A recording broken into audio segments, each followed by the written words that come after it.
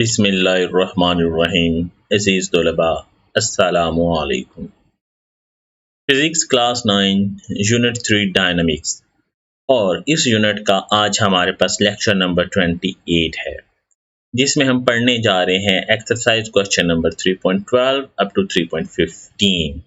तो आइए देखते हैं।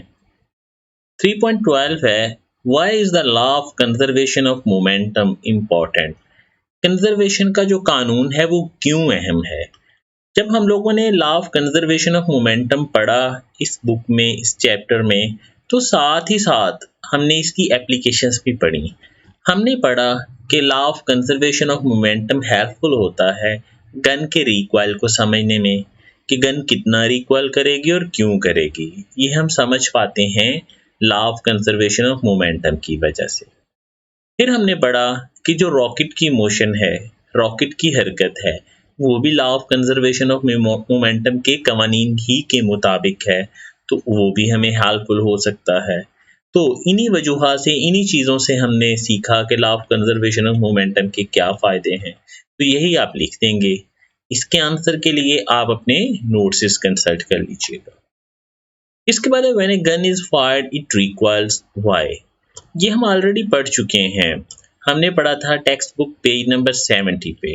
ये रेड कलर में मैंने हाईलाइट किया है। Before firing the gun, gun को चलाने से पहले both the gun and bullet are at rest, दोनों के दोनों रेस्ट में होते हैं, and total momentum is zero. As the gun is fired, bullet shoot out of the gun and acquire momentum. जो ही गन को फायर करेंगे, बुलेट शूट आउट होगी, सामने की तरफ निकलेगी और कुछ मोमेंटम गेन करेगी। To conserve the momentum of the system, gun requires, उस सिस्टम के मोमेंटम को कंट्रोल करने के लिए गन जो है वो रिक्वायर करेगी। तो इतना सा आपने लिख देना है। आप ये लिख के कि to conserve the momentum of system the gun requires, ये एक लफ्ज साथ लिखेंगे, एक क्वेश्चन पूरा हो जाएगा।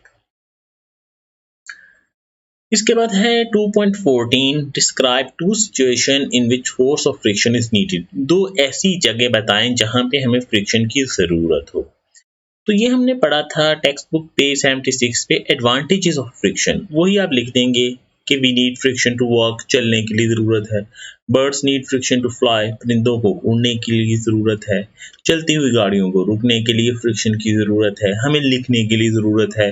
तो उनमें से कोई सी दो सिचुएशंस आप इस सवाल के जवाब में लिखेंगे। 15 है, how oiling the moving parts of machine lowers friction.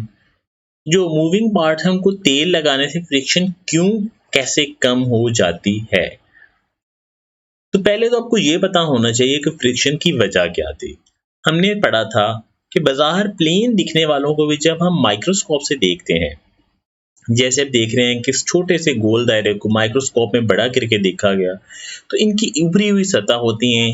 ये जो उभरी हुई सतह हैं, ये एक दूसरे के दरमियान में फंस जाती हैं और कोल्ड बेल्ट्स बन जाते हैं। जब आप ऑयलिंग करते हैं, तेल लगाते हैं, तो ये जो रफ स्पॉट्स हैं फिल हो जाते हैं। ये छोटे छोटे खड्डे जो हैं वो ऑयल से भर जाते हैं। जब ये ऑयल से भर जाते हैं तो कोल्ड बेल्ट्स नहीं बनते और आसानी के साथ जो पार्ट्स हैं, मूविंग पार्ट्स हैं, हरकत कर लेते हैं। तो इसके आंसर के लिए आप देखिएगा अपने नोट्स। तो आज के लिए लेसन में आपके पास यही 4 क्वेश्चन हैं। इन्हीं को आपने प्रिपेयर करके लिखना है। अपना ख्याल रखिएगा। अल्लाह।